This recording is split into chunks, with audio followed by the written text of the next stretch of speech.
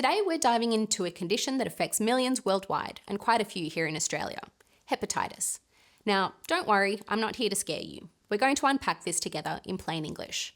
You'll walk away understanding the different types of hepatitis, how they affect your liver, how they're diagnosed, and what can be done to manage or even prevent them. So let's get started. So what exactly is hepatitis? Hepatitis simply means inflammation of the liver. The liver, that big reddish-brown organ under your right ribs, does over 500 things for your body. It filters toxins, processes nutrients, stores vitamins, helps with blood clotting. Basically, it's your body's ultimate multitasker.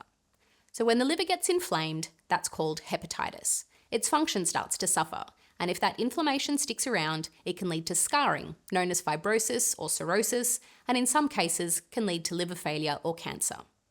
There are many causes of hepatitis, but today I'll focus on the big three: viral hepatitis, alcohol-related hepatitis, and other types like autoimmune and drug-induced hepatitis. First up, viral hepatitis. There are 5 main viruses: hepatitis A, B, C, D, and E. Sounds like a school report card, doesn't it? So let's break them down. Hepatitis A is usually caught from contaminated food or water, more common when you're travelling to certain countries.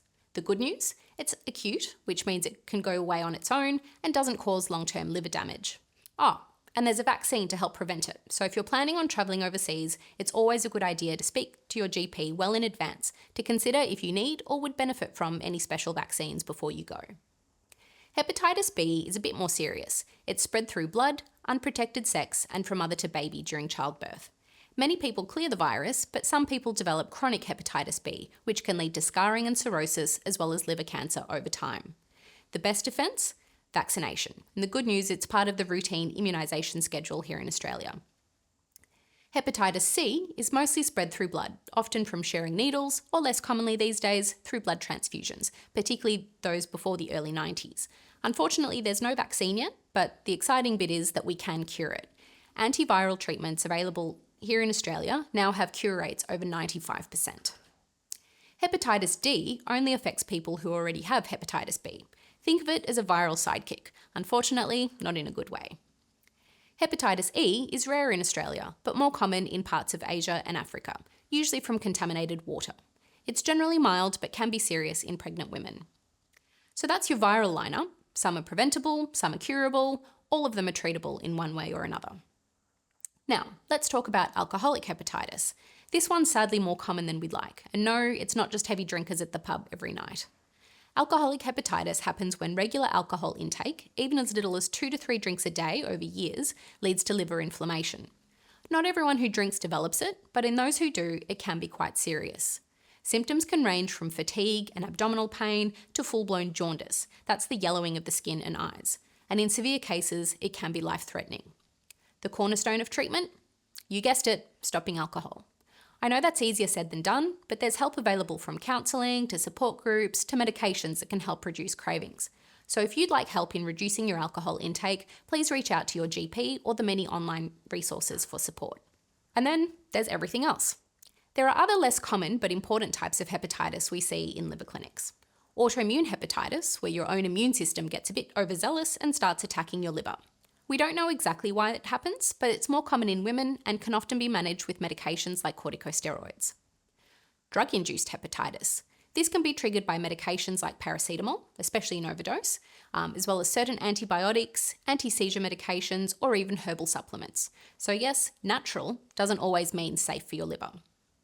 And then there's non-alcoholic, or now referred to as metabolic dysfunction-associated steatohepatitis, or MASH, which is related to fatty liver.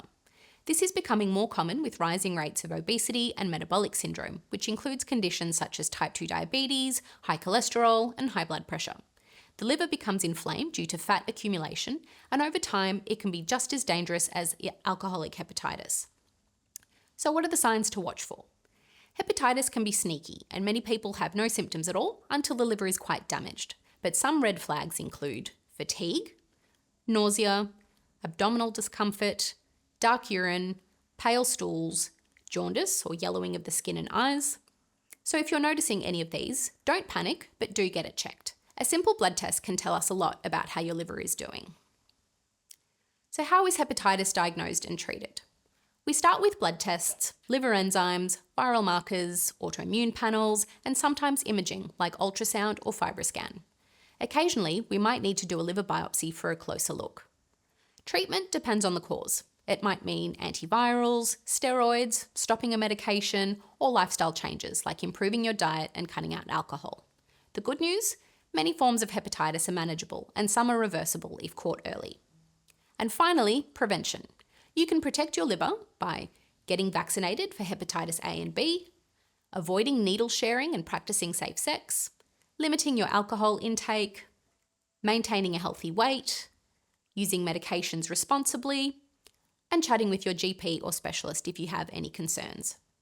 Your liver works hard for you every day, so give it a bit of love back. If you found this video helpful, give it a like, share it with someone who might need to hear it, and hit subscribe for more liver-loving advice.